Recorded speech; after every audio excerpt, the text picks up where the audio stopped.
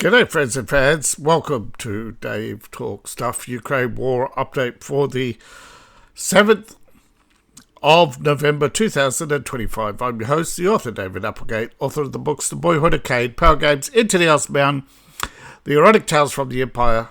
Part 1 is out now, Part 2 coming soon. Thank you to all those who support the channel. I really appreciate each and every one of you. And if you'd like to support the channel, you can support the channel through the links in my link tree. More details at the end of the show and how you can support the channel. Now, we've heard a lot about peace talks, but until recently we have not seen movement. The Hungarian Prime Minister is seeking exemptions on US sanctions, on Russian oil, as well as other actions. He is facing election, but he is also trying to secure peace.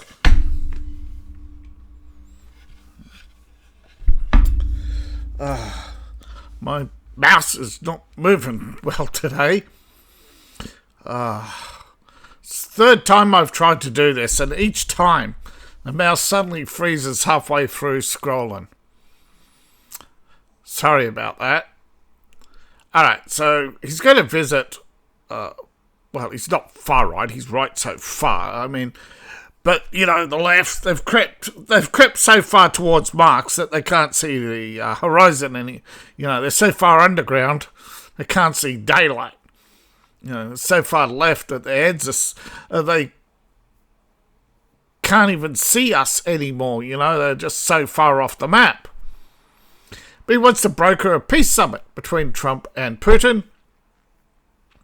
Advisors claiming this could help end the war. He wants to end the war. It's disruptive to the security and tranquility of his neighborhood, as well as all the parasites trying to flood his country. It's got a lot to deal with.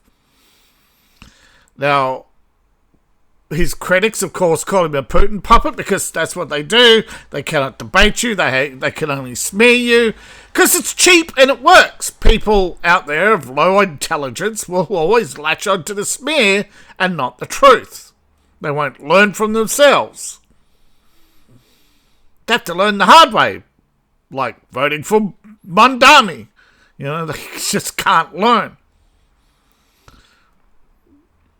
Many have praised Viktor Orban and for his efforts and stood with him off and on, but Hungary and Slovakia won't cut their energy ties, and that's upset a lot of people in Europe.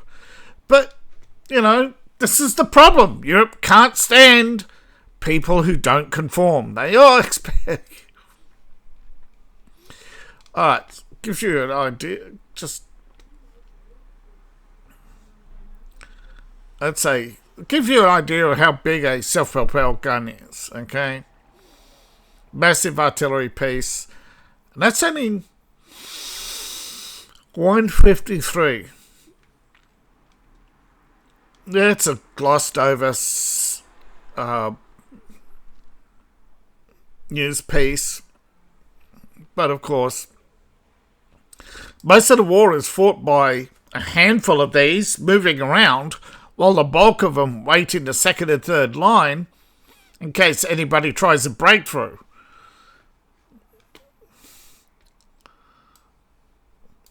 Now, as we look around the map, we can see that Russia's hit a few different places today, and of course fighting in the northern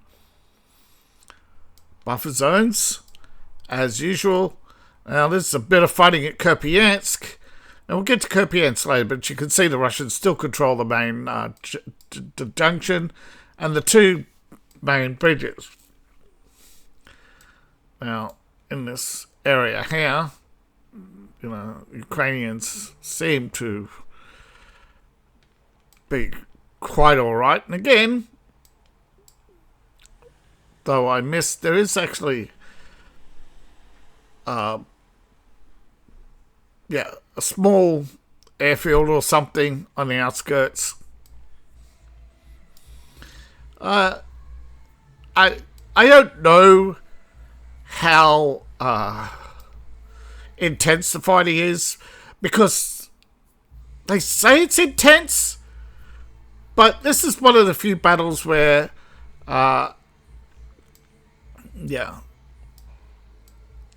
there's very little information. Now, I'm not suggesting anything. All I'm saying is there are areas where Russia hasn't advanced in a while. I'm not suggesting that either Ukraine is winning or losing. I keep hearing people on Telegram and comment sections always saying, strategically they've won because Russia hasn't conquered them. You know, like, all the cope, okay? As if your low IQ opinion actually changes the outcome of the war. Opinions, you can hate Russia all you want, but the Sunday Telegraph ain't the one paying your bills. They're not telling you the truth.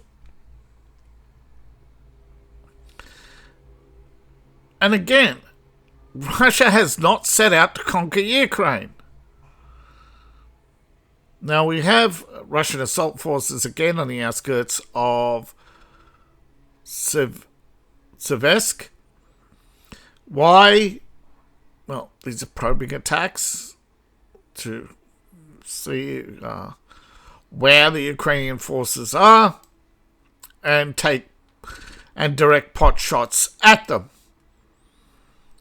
There doesn't seem to be much progress anywhere else either. But that doesn't mean there isn't any progress whatsoever. It's just small. Now, Depot has been hit again. There's been fighting all around. The Russians have made no progress in Pokrovsk, although there's fighting all around Pokrovsk. And they've only made slight progress, if any, really. So, there is that. There's only, again, we've seen this happen before, where the map almost gets to a standstill, and then suddenly Russia will go bam, bam, bam. You know, this is what I believe is now a prelude to an offensive, which may have actually prompted the Hungarian Prime Minister to do something, because if there's a Russian offensive, Ukrainians, there's going to be a lot of dead Ukrainians. With power cuts to Ukraine, millions are going to try and flee Ukraine. Now, Czechoslovakia has lowered the Ukrainian flag hanging over the Czech parliament and has said they'll put their national interest first. The Czech Republic first. Keep your fingers crossed for us. Why is that? Because the EU made them put up the Ukrainian flag and made them send money and arms to Ukraine. Now, they're in a coalition. They won the election, but they won it on a platform of opposing Brussels. And the left, when they don't get their way, they get violent. Now, the Ukrainian flags were a gesture, and you know how much the left love their gestures, except when it's against them, of course, like burning the Antifa flag. No, that's hate speech, you know.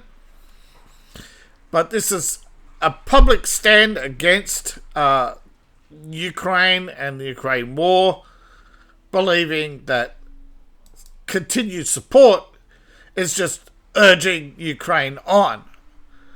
Now, Trump has allegedly seen progress in the Ukraine conflict.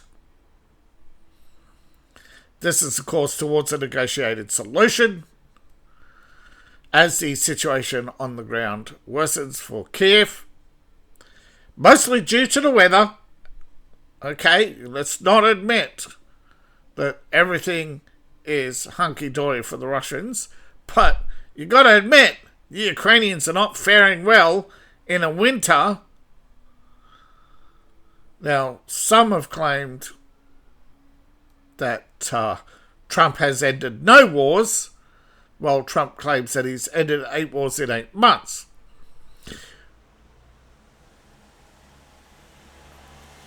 Many people, you look at Thailand, you look at Cambodia, you look how they and many others have greeted President Trump. Whereas even moderate Europe is skeptical, okay? Because they carry their hatred on their shoulders, right? They're emotionally damaged. They hate not getting their way, okay? They're carrying all sorts of anger, which they're constantly misdirecting towards others, and somehow cannot direct it at the people. And that's what happens when you cannot protest the WF, when you cannot oust the corrupt politicians, when the corrupt establishment clears itself of wrongdoing. The left constantly destroy the system and then keep saying the system will collapse. No, it won't. The system can't collapse. Individuals go woke, go broke. Okay? Eventually, the government cannot prop up Amazon and all these other businesses around the world, okay? The American government built companies on debt. China built a lot of companies on debt. Russia collapsed because they built so much on debt. Eventually, you'll wake up, realize that India and all these other countries are nothing but parasites. You'll cut them off. The market will correct itself, and eventually the prosperous people will return prosperity. Those who don't work don't eat, and they will eventually come around as well. Those who cannot work will be taken care of, and it's always been like that. But the left want you to fund them so they can sit around and doodle all day long, thinking that one day they too might make the next Picasso. See, they're greedy. They're selfish. You know, look at Hollywood actors and how overpaid they are compared to their contemporaries in other countries. And don't tell me they're better actors. Just look at Robert Downey Jr. and Dr. Dolittle, okay? When you're outshined by a puppet in your own production, you're a flop of immense scale. Now, allegedly, Ukraine is to lose Pokrovsk, okay? The Battle of Pokrovsk has intensified. We do not have much footage from the Russian war today. Now, Pokrovsk is not the only one, but the intense battle today is in Pokrovsk. Tomorrow it could be Kupiansk, as Kupiansk, commander of the assault forces from Zapad battle group. Yeah, I thought Yug was in the south. Zapad has launched assaults and said that these assaults will lead to that his unit has continued advance through eastern Pokrovsk, and they're engaging Ukrainians in sweeping operations. That 2 to 5 days they will have swept through all of Kupiansk, and that they also said this is similar to situation in Pokrovsk, which in Russian is even harder to pronounce, and this area continues to deteriorate. The weather continues to deteriorate. It is colder. But however, those two are not the only areas. Now, you've heard a lot of guff and bluff from Zelensky about Dokbanilia. Now, this is a alleged footage of what they called an epic arrival. 15 fuel air bombs. Now, they've hit Ukrainian positions.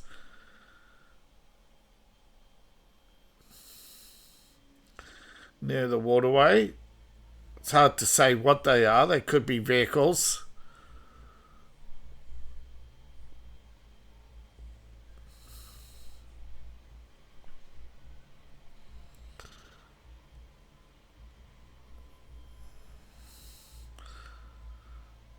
There's some editing. Some scenes seem to be cut out, but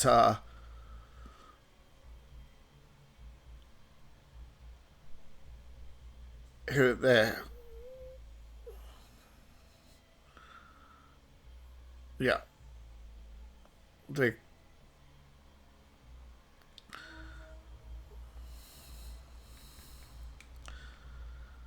So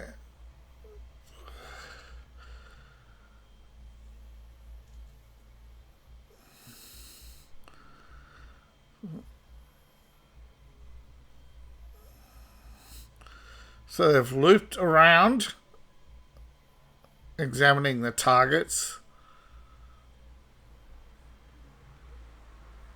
Well, there seem to be some burnt out areas on the ground or wiped out areas on the ground. It's hard to tell. But there seems to be some editing.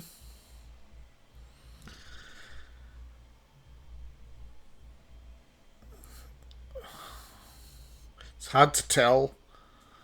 These are supposed to be glide bombs, but it looks like to cover the trajectory of a glide bomb, and they've cut that